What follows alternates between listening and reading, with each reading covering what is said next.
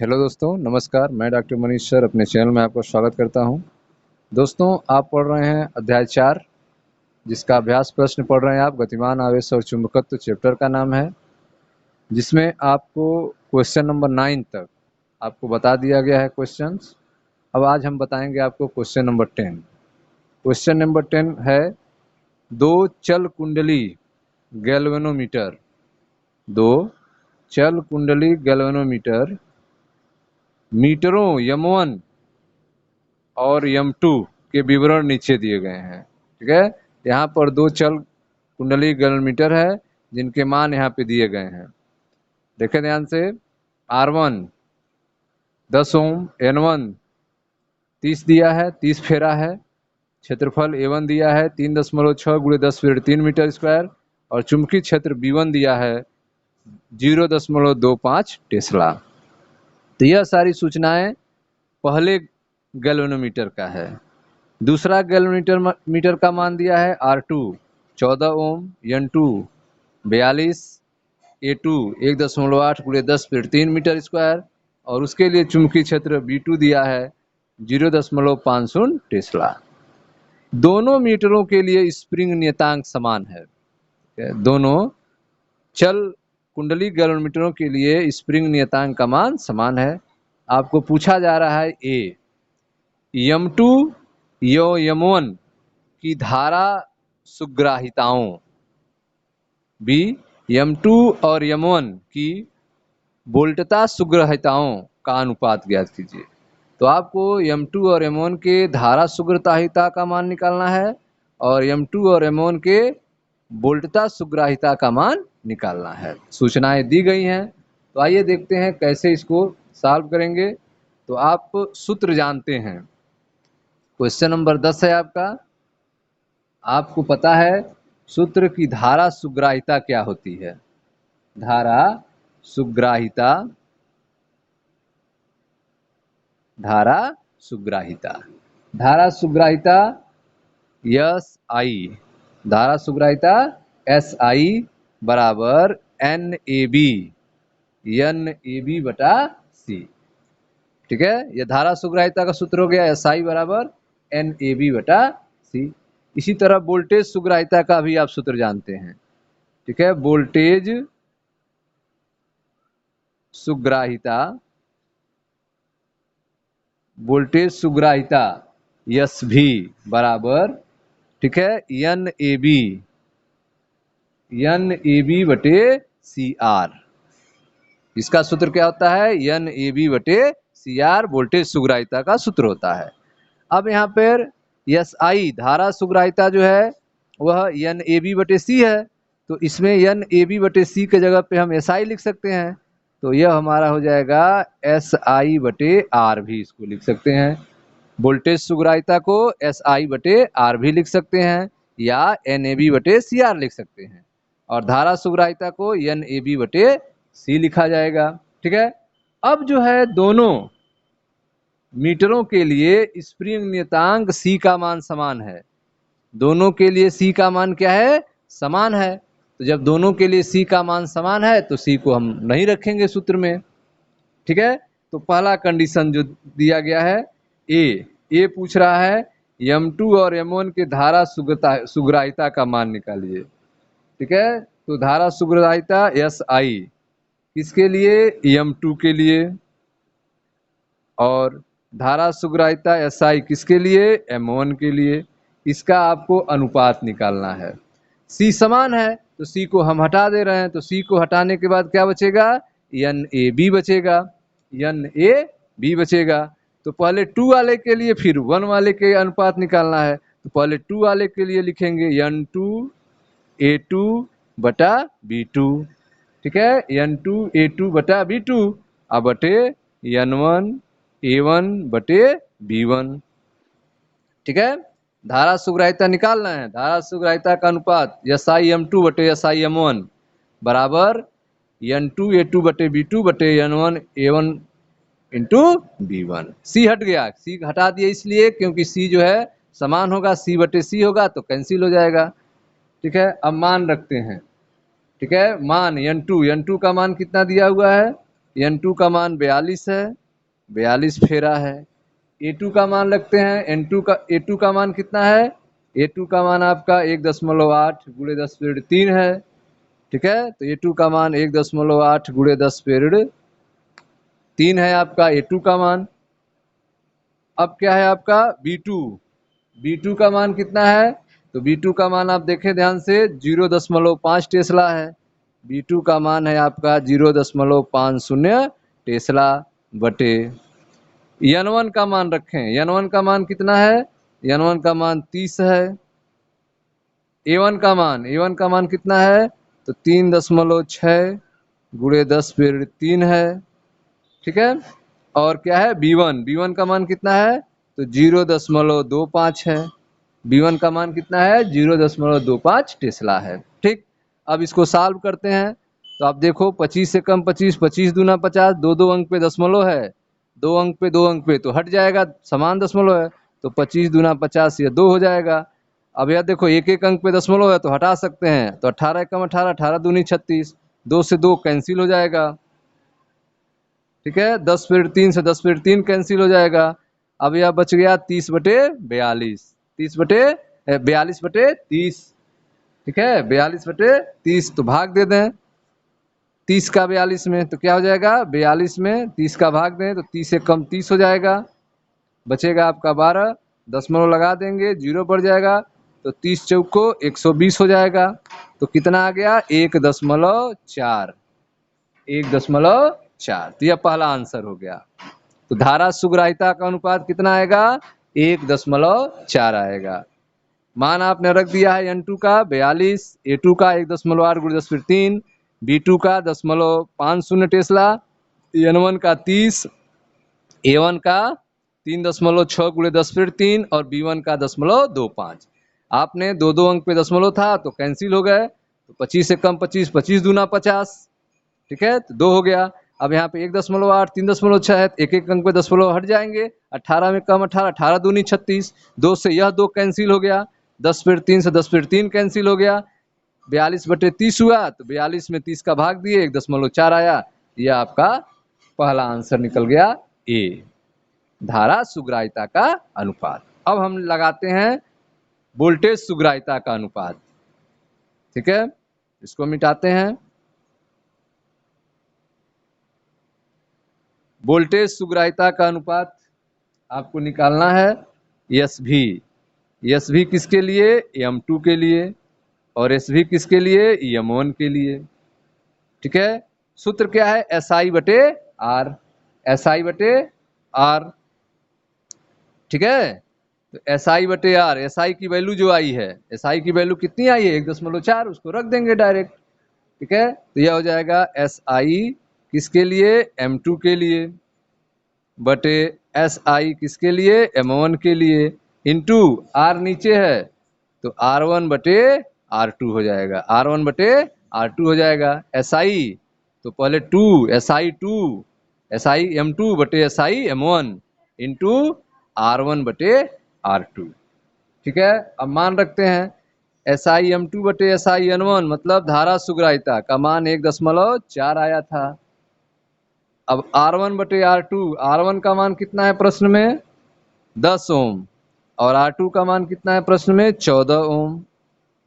ठीक है, अब इसको आपको सॉल्व करना है, तो देखें ध्यान से, या 10 का 1.4 में गुणा होगा तो 14 हो जाएगा, अब बटे 14, यह हो जाएगा 1। तो वोल्टेज सुग्राहिता का अनुपात कितना आएगा? 1 आएगा। धारा सुग्राहिता का मान कितना आएगा? 1.4 आएगा। ठीक है स्टूडेंट्स, तो यह हो गया आपका वोल्टेज सुग्राहिता, जिसकी वैल्यू कितनी आ गई? 1 आ गई। अब हम लोग देखते हैं अगला क्वेश्चन, क्वेश्चन नंबर 11। ध्यान से समझिएगा, क्वेश्चन नंबर 11 पे पहुंच चुके हैं। क्वेश्चन नंबर 11 देखो ध्यान से। एक प्रकोष्ठ में 4.5 गॉस, यहाँ पे विद्युत क्षेत्र की तीव्रता दी गई है। विद्युत क्षेत्र की तीव्रता कितनी है? 4.5 गॉस है। ठीक है, 4.5 गॉस है, जो किसका मान है? विद्युत क्षेत्र की तीव्रता का मान है। चलिए, एक प्रकोष्ठ में 6.5 गॉस। विद्युत क्षेत्र की तीव्रता नहीं, चुंबकीय क्षेत्र की तीव्रता B बराबर है 6.5 गॉस। और आप जानते हो कि एक गॉस बराबर होता है 10⁻4 टेस्ला। एक गॉस बराबर कितना होता है? 10⁻4 टेस्ला। ठीक है, तो इसको टेस्ला में हम चेंज कर सकते हैं। तो 6.5 गॉस का कितना होगा? 6.5 गुणे 10⁻4 टेस्ला। 6.5 गुणे 10⁻4 टेस्ला यह हो जाएगा। एक समान चुंबकीय क्षेत्र बनाए रखा गया है। इस चुंबकीय क्षेत्र में एक इलेक्ट्रॉन, ठीक है, 4.8 गुणे 10⁻6 मीटर पर सेकेंड के वेग से, इलेक्ट्रॉन का वेग दिया गया है। कितना दिया गया है? 4.8 गुणे 10⁻6 मीटर पर सेकेंड के वेग से लंबवत भेजा गया है। ठीक है, चुंबकीय क्षेत्र के लंबवत प्रवेश कर रहा है। व्याख्या कीजिए कि इलेक्ट्रॉन का पथ वृत्ताकार क्यों है। तो जब चुंबकीय क्षेत्र में इलेक्ट्रॉन लंबवत प्रवेश करेगा तो इस पर बल लगेगा। बल लगने के कारण वह घूम जाएगा, 90 डिग्री पर फोर्स लगेगा, घूम जाएगा, इसका मान नहीं बदलेगा। ठीक है, मान नहीं बदलेगा, वेग का रफ्तार नहीं बदलेगा, केवल वेग की दिशा बदल जाएगी। वेग की दिशा बदलने के कारण जो है वृत्ताकार बन जाएगा पथ। आपको पूछ रहा है वृत्ताकार कक्षा की त्रिज्या भी ज्ञात कीजिए। वृत्ताकार कक्षा की त्रिज्या r ज्ञात करना है। इलेक्ट्रॉन का आवेश दिया गया है 1.6 गुणे 10⁻19 कूलाम। इलेक्ट्रॉन का द्रव्यमान दिया है, मास ऑफ इलेक्ट्रॉन 9.1 गुणे 10⁻31 किलोग्राम। ठीक है, तो आपको क्या निकालना है? r निकालना है। अब आप जानते हैं कि अभिलंबोत चुंबकीय क्षेत्र में इलेक्ट्रॉन प्रवेश कर रहा है, प्रश्न में जैसा दिया गया है। ठीक है, तो अभिलंबोत चुंबकीय क्षेत्र में इलेक्ट्रॉन पर चुंबकीय बल लगेगा। इलेक्ट्रॉन पर क्या लगेगा? मैग्नेटिक फोर्स लगेगा, लॉरेंज बल F बराबर QBV, F बराबर QBV लगेगा। तो अभिलंबोत चुंबकीय क्षेत्र में इलेक्ट्रॉन पर चुंबकीय बल लगेगा FM बराबर QBV। ठीक है, यह बल जो होगा, यह लगने वाला बल जो है, वह वेग भी और चुंबकीय क्षेत्र वेक्टर B दोनों के लंबवत होगा।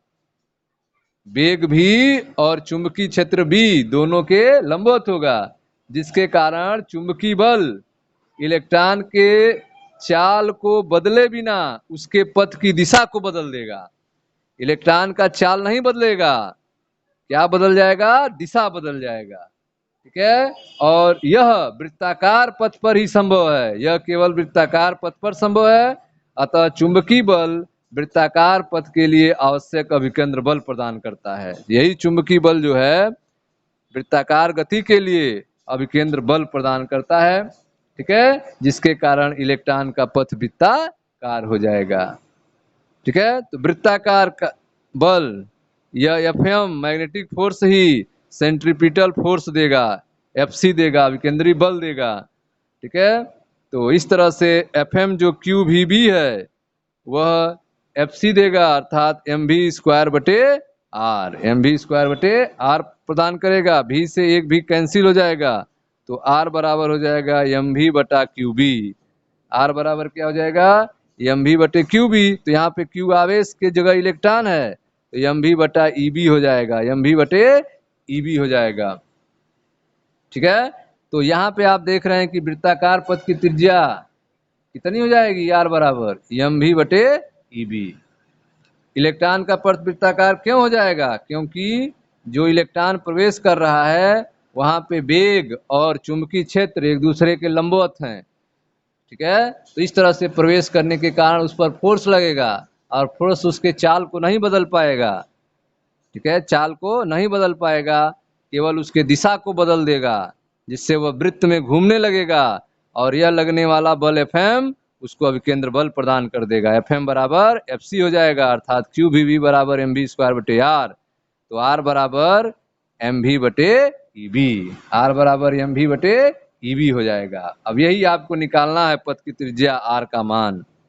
तो अब मान रख के निकालते हैं R की वैल्यू। R बराबर सूत्र क्या है? वृत्ताकार पथ की त्रिज्या R बराबर mv/EB। R बराबर क्या सूत्र है? mv/EB। ईबी। यम का मान, इलेक्ट्रॉन का मास 9.1 गुणे 10 पे ऋण 31 किलोग्राम। ठीक है। वेग का मान, वेग कितना है 4.8 गुणे 10 पे 6 मीटर पर सेकेंड। इलेक्ट्रॉन का ई आवेश 1.6 गुणे 10 पे ऋण 19 कूलाम। और बी मतलब चुंबकीय क्षेत्र कितना है 6.5 गुणे 10 पे पावर ऋण 4 टेस्ला। कितना है 6.5 गुणे 10 पे पावर ऋण 4 टेस्ला। ठीक है। अब आपको इसको सॉल्व करना है। वृत्ताकार पथ की त्रिज्या निकालना है तो आपको इसको सॉल्व करना होगा। ठीक है। तो जब आप इसको सॉल्व करेंगे r बराबर तो 9.1 गुणे 4.8 इसको गुणा करेंगे आप और पावर कितना है 10 पे 31 और 10 पे 6 है। ठीक है। अब बटे नीचे क्या है 1.6 गुणे 6.5 गुणे 10 पे 19 है और गुणे 10 पे 4 है। 9.1 और 4.8 का गुणा करेंगे आप तो आएगा गुणा करने पे 43.68। ठीक है। यह हो जाएगा। पावर अगर देखा जाए, चलिए और नीचे जो है अभी पावर देखते हैं 1.6 6.5 इसका गुणा करेंगे तो 10.4 आएगा। पावर की बात करते हैं तो ऋण 19 है और ऋण 4 है, यह दोनों मिलकर ऋण 23 हो जाएगा। कितना हो जाएगा ऋण 23। ऋण 23 ऊपर जाएगा धन 23 हो जाएगा। धन 23 और धन 6 मिलेंगे 23 6 29 हो जाएगा। 29 धन में हो जाएगा। ऋण 31 है तो ऋण 31 में से धन 29 कम होगा तो कितना बचेगा ऋण 2 बचेगा। ऋण 2 बचेगा। ठीक है ना। अब यहाँ पे भाग देंगे 43.68 में 10.4 का भाग देंगे तो भाग देने पे आएगा 4.2। ठीक है। गुणे 10 पे ऋण 2। 4.2 गुणे 10 पे ऋण 2 मीटर, या इसको कह सकते हैं 4.2 सेंटीमीटर। ठीक है ना। तो आंसर कितना हो जाएगा 4.2 सेंटीमीटर हो जाएगा आंसर। या मीटर में कहें तो 4.2 गुणे 10 पे ऋण 2 मीटर हो जाएगा वृत्ताकार पथ की त्रिज्या, या 4.2 सेंटीमीटर हो जाएगा। ठीक है। तो यह आपका हो गया क्वेश्चन नंबर 11। अब देखते हैं इसका क्वेश्चन नंबर 12 क्या कह रहा है।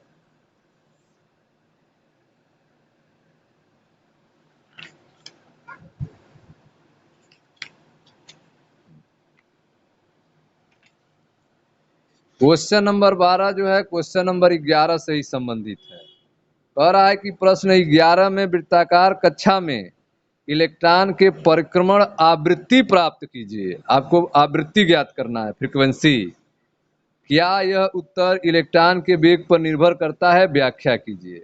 आपको फ्रीक्वेंसी निकालनी है और बताना है कि यह जो फ्रीक्वेंसी है वह वेग पर निर्भर करता है कि नहीं। ठीक है। तो आइए इसको सॉल्व किया जाए।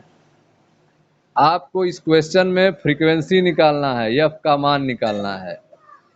एफ का मान निकालना है। ठीक है। तो आप जानते हैं कि परिक्रमण काल टी बराबर क्या होता है, समय। ठीक है। परिक्रमण काल समय क्या हो जाएगा दूरी बटे वेग। दूरी यहाँ पे वृत्ताकार है मतलब 2πr, परिधि दूरी हो गई और वेग हो गई v। टी बराबर हो गया 2πr बटे v। ठीक है। और यहाँ पे आर, टी बराबर आर की वैल्यू एम भी बटे ई बी, तो 2π आर की वैल्यू रखें एम भी बटा ई बी, एम भी बटा ई बी। और भी पहले से भी कैंसिल हो गया तो क्या बचा 2πm, 2πm बटा ई बी, 2πm बटा ई बी। ठीक है। 2πm बटा ई बी, यह टी निकला। और आप जानते हैं कि फ्रीक्वेंसी एफ बराबर होता है 1/t। फ्रीक्वेंसी एफ बराबर क्या होता है 1/t। तो 1/t का मान रखें 2πm और बटा ई बी करेंगे तो बटे एक बटा हो जाएगा तो ऊपर चला जाएगा। तो यह हो जाएगा फ्रीक्वेंसी एफ बराबर हो जाएगा ई बी बटा 2πm। फ्रीक्वेंसी एफ बराबर क्या हो जाएगा ई बी बटा 2πm।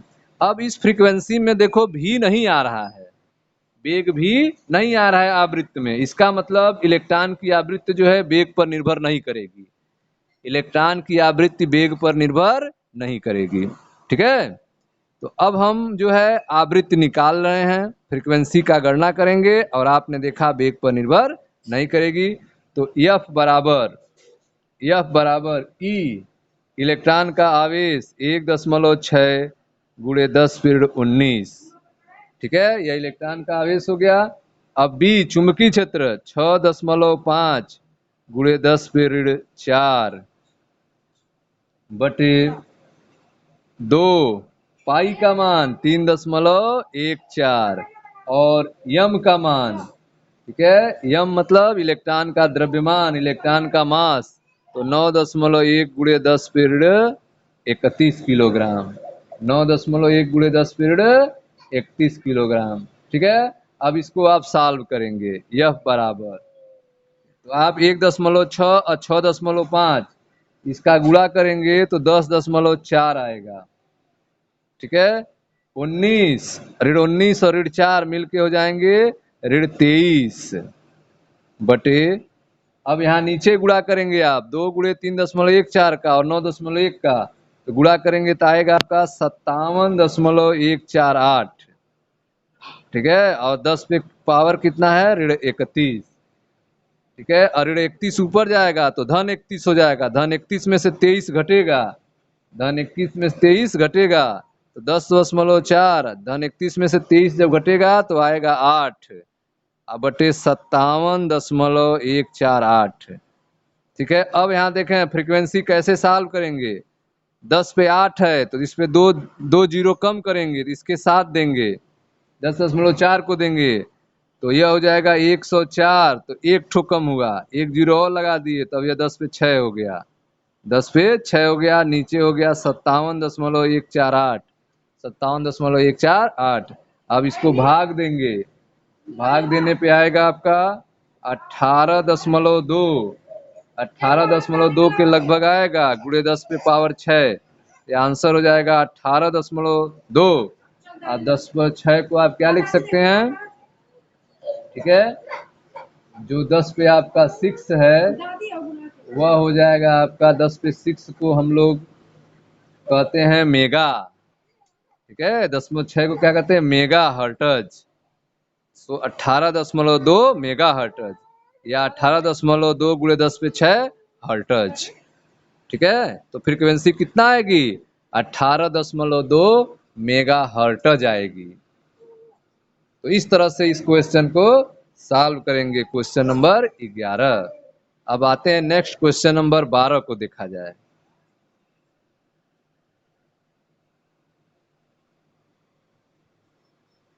क्वेश्चन नंबर 12 पे चर्चा किया जाए। तो पहले देखा जाए क्वेश्चन नंबर 12 है क्या।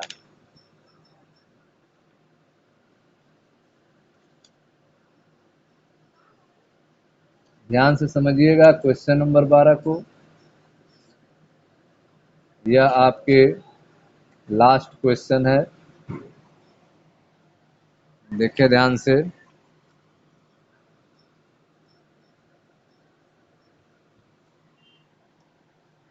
क्वेश्चन नंबर 12 तो हो गया 13 नंबर। इसमें ए और बी, ए कह रहा है 30 फेरों वाली एक वृत्ताकार कुंडली, 30 फेरों वाली एक वृत्ताकार कुंडली जिसकी त्रिज्या 8 सेंटीमीटर है और जिसमें 6 एम्पियर विद्युत धारा प्रवाहित हो रही है। एक टेस्ला के एक समान क्षैतिज चुंबकीय क्षेत्र में ऊर्ध्वाधर लटका है। क्षेत्र रेखाएं कुंडली के अभिलंबवत 60 डिग्री का कोण बनाती है।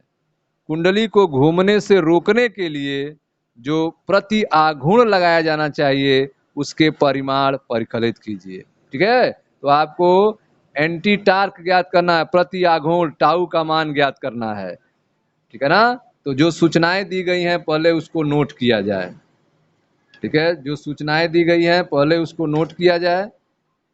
तो सूचनाएं दी गई हैं, यन फेरों की संख्या, यन बराबर कितना है, 30 फेरा, यन बराबर 30 फेरा है, वृत्ताकार कुंडली है, त्रिज्या दिया हुआ है कितना, 8 सेंटीमीटर। रेडियस जो दिया हुआ है वह 8 सेंटीमीटर दिया हुआ है। ठीक है। विद्युत धारा 6 एम्पियर है। आई का मान जो दिया गया है वह 6 एम्पियर है। चुंबकीय क्षेत्र दिया गया है बी का मान 1 टेस्ला। ऊर्ध्वाधर लटकी है और 60 डिग्री का कोण बनाती है। थीटा बराबर 60 डिग्री दिया हुआ है। इसको रोकने के लिए प्रति आघूर्ण ज्ञात करना है, टाउ का मान ज्ञात करना है। ठीक है। चलिए पहले इसको सॉल्व किया जाए। आपको सूत्र पता है टाउ का। टाउ बराबर क्या होता है? तो टाउ बराबर होता है N I A B, N I A B sine theta, N I A B sine theta, यह सूत्र होता है। ठीक है। यहाँ पे एन का मान दिया हुआ है, आई का मान दिया हुआ है, ए का मान, ए का मान आपको निकालना पड़ेगा। ठीक है। ए बराबर पाई आर स्क्वायर। यहाँ पे आपका दिमाग लगेगा, ए बराबर क्या, पाई आर स्क्वायर। आर यहाँ पे देखो ध्यान से सेंटीमीटर में दिया है, तो इसको मीटर में चेंज करेंगे तो 8 गुणे 10⁻² मीटर हो जाएगा। 8 गुणे 10⁻² मीटर हो जाएगा। ए का मान पाई, पाई का मान कितना होता है 3.14, और आर स्क्वायर मतलब 8 गुणे 10⁻² मीटर का स्क्वायर। ठीक है ना। इसका स्क्वायर करेंगे तो ये हो जाएगा 3.14 और ये 864 गुणे 10⁻4 मीटर स्क्वायर। यह क्षेत्रफल निकल गया, ए का मान निकल गया। ठीक है। अब हम इसको सूत्र में रखें और क्वेश्चन को सॉल्व करें। तो टाउ बराबर प्रति आघूर्ण, टाउ बराबर एन का मान 30, आई का मान 6, ए का मान 3.14 गुणे 64 गुणे 10⁻4, यह हो गया किसका मान, ए का मान। ठीक है ना। और बी का मान, बी का मान कितना है 1 टेस्ला। और साइन थीटा, साइन थीटा का मतलब यहाँ पे साइन 60 डिग्री, साइन 60 डिग्री का मतलब कड़ी में 3/2, कड़ी में 3/2, कड़ी में 3/2 का मतलब कड़ी 3 1.732 और बटे 2। ठीक है।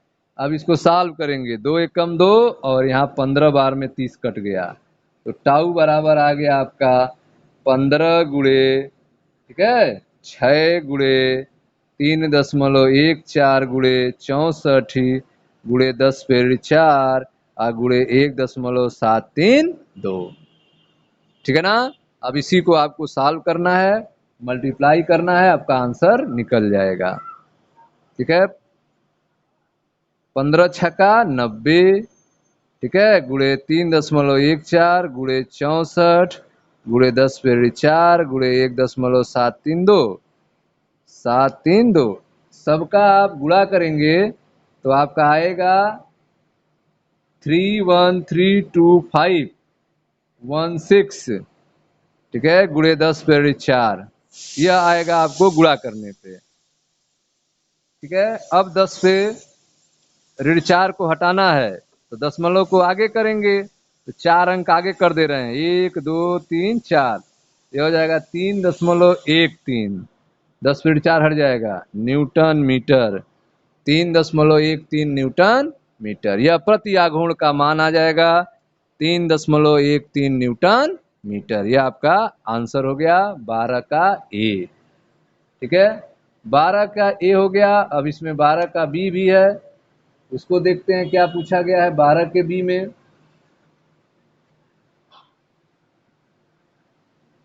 12 का बी क्वेश्चन क्या कह रहा है?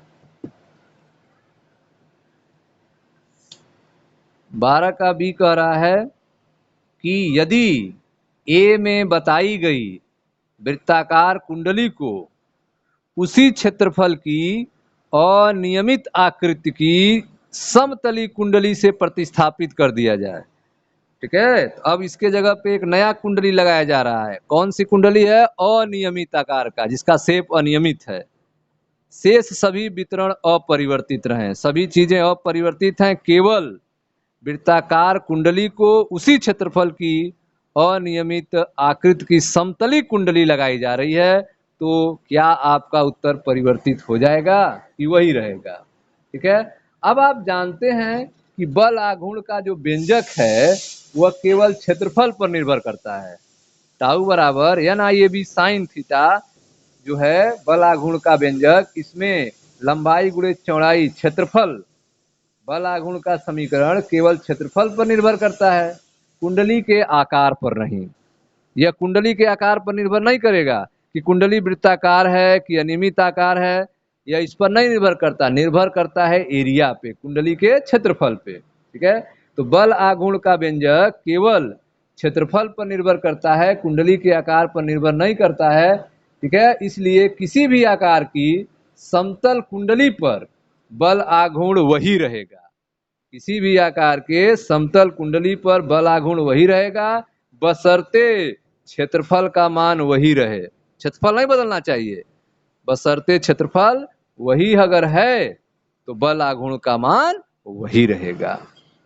ठीक है स्टूडेंट्स, तो यह था आपका क्वेश्चन नंबर 13 का बी। Thank you.